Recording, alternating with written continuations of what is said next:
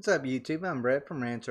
As always, guys, if y'all enjoy our content, don't forget to like, subscribe, and leave that comment down below. We're on the road to 1,000, and we hope you guys can help us get there. Alright, so Godzilla vs. Kong hits 200 million at global box office, faster than any movie during the current pandemic. This actually doesn't really shock me that much.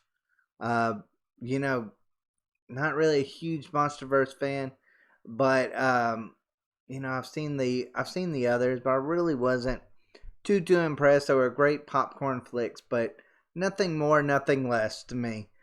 But when I watched Godzilla vs. Kong, I was really impressed by it. Thought it was a great movie. Made me look forward to future movies in this Monsterverse. It was just well done. It had great story arcs, whether it be with humans or whether it be with the monsters. So I mean, this doesn't actually really shock me that it's done good. But let's go ahead and read about what it's talking about. It says right here, as the weekend box office numbers have come in via deadline, Godzilla vs. Kong has walked away with 285 million, making it the faster film to reach the 200 million mark since the pandemic began. The previous record holder, Tenet, reached 200 million internationally after 24 days. Godzilla vs. Kong managed to reach that milestone only after 12 days. Currently, the film is also the third highest grossing international film of 2021, while also taking the #1 spot domestically. Interestingly enough, Godzilla vs. Kong has reached these high box office numbers despite its HBO Max release. Warner Brothers had announced that they would simultaneously release all their 2021 films both theatrically and on HBO Max, including blockbusters like Dune and The Matrix 4. The move was met with some controversy, and some estimated that Warner Brothers could lose up to $1.2 billion using the hybrid release model.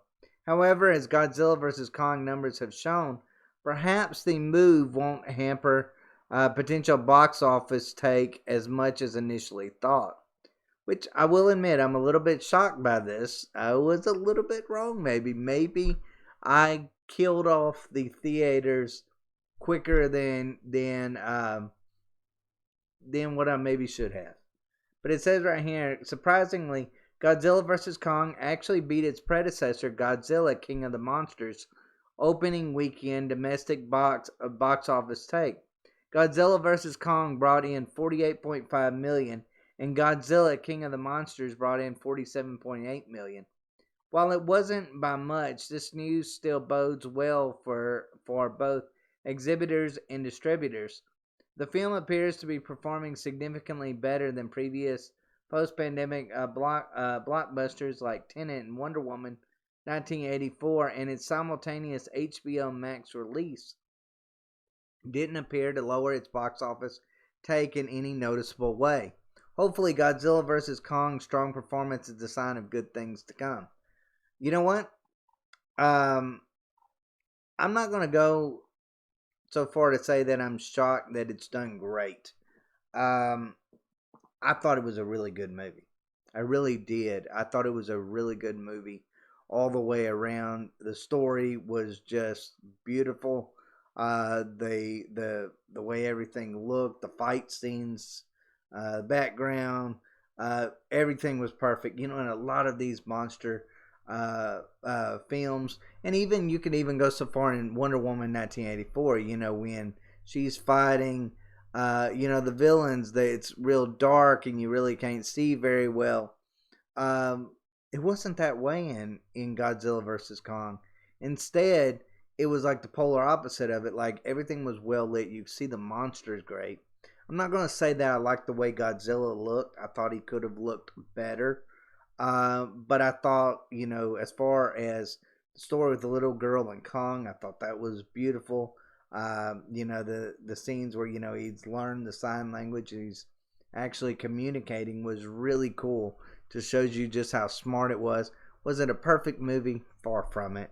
And there was some points of it that's like it kind of felt like it was it wasn't thinking properly. It's like, hey, let's go put Kong on a boat and hope that Godzilla doesn't notice. That was kind of stupid. And then they're like, oh, well, since that didn't work, hey, we'll just air flight him. Why didn't you do that to begin with? Wouldn't that have made more sense to have done that to Antarctica? But overall, I mean, I thought it was a really good movie. So it doesn't shock me that it's made so much money box office wise.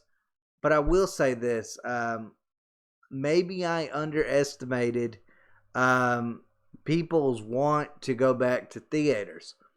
I know for me personally, I have no want to do that anymore. I just literally have no want. I don't really want to go back to those days. I don't really miss it as much, watching on HBO Max, Godzilla versus Kong or Wonder Woman 1984, all of those having it at my home, being able to watch it with my family in a more relaxing, comfortable feel, something that didn't cost me so much money and time and effort. Especially look, works great on. You take even Disney Plus. When Disney Plus releases let's just say Mulan or something along those lines. Maybe Mulan's a bad illustration of what I'm going to try to say here. But let's just say a family friendly film, which of course you could say, well, Godzilla is probably not. Godzilla vs Kong probably isn't that. But I'm just talking about just as a family friendly film. Let's say Mulan. Um, when you've got kids like me, young kids, and you're trying to get them dressed, get them in the car, get them to a theater, pay all that money for the snacks and crying that goes on when it comes to going to the theater to see something to entertain them. Doing that at home was so much easier. We could all just sit in the living room and just enjoy the film without having to worry about, all that outside stuff that normally goes on in family life, being a big deal. And that really to me made me a fan of watching this stuff at home. Now I get it. There's no experience like watching it in theaters. I remember watching Star Wars films in theaters, and I mean, I thought those were amazing. I'll never forget those experiences simply because it was Star Wars basically. But there's been other movies that I've seen in theaters that I've watched it on TV and it just doesn't really have the same powerful effect. So I understand to a certain extent why fans would be willing to go back to it. I also think another thing that plays a big role in fans maybe returning to the theaters is boredom. You know, for so long we haven't been able to do stuff, so the idea of going to a theater maybe sounds pretty appealing to a lot of people. Of course, and then when you got the idea of giant monsters fighting each other, I mean, who wouldn't want to see that on a big screen? Compared to even at home. But I mean, I enjoyed it at home. But I'm just saying, I don't see the excitement too much with theaters. I still think they're in trouble. I think this is a great sign. I think this maybe is a temporary savior to them. But I think once people's excitement to be able to go back and do things starts wearing off, you'll start seeing a decline in that. I do believe that. I think those days are still well behind us. But I mean, this streaming on HBO and HBO Max and Disney Plus, I just think that's just the way of the future now.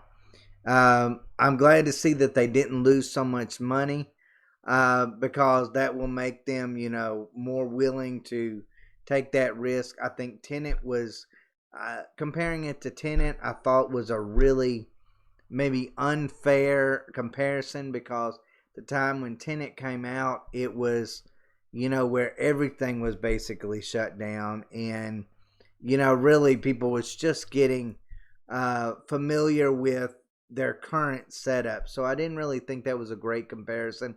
Of course, it was going to do better than that film. Not because that it's better than that film or whatever, but because simply because of the month that we're in, how people are becoming more accustomed to certain things than what they were, even when Tenet came out. So I mean, doesn't shock me that it doesn't shock me in the least bit that it's done better. But overall, I will say this: I'll still keep my initial mindset when it comes to saying, yes, this is temporary good news for theaters.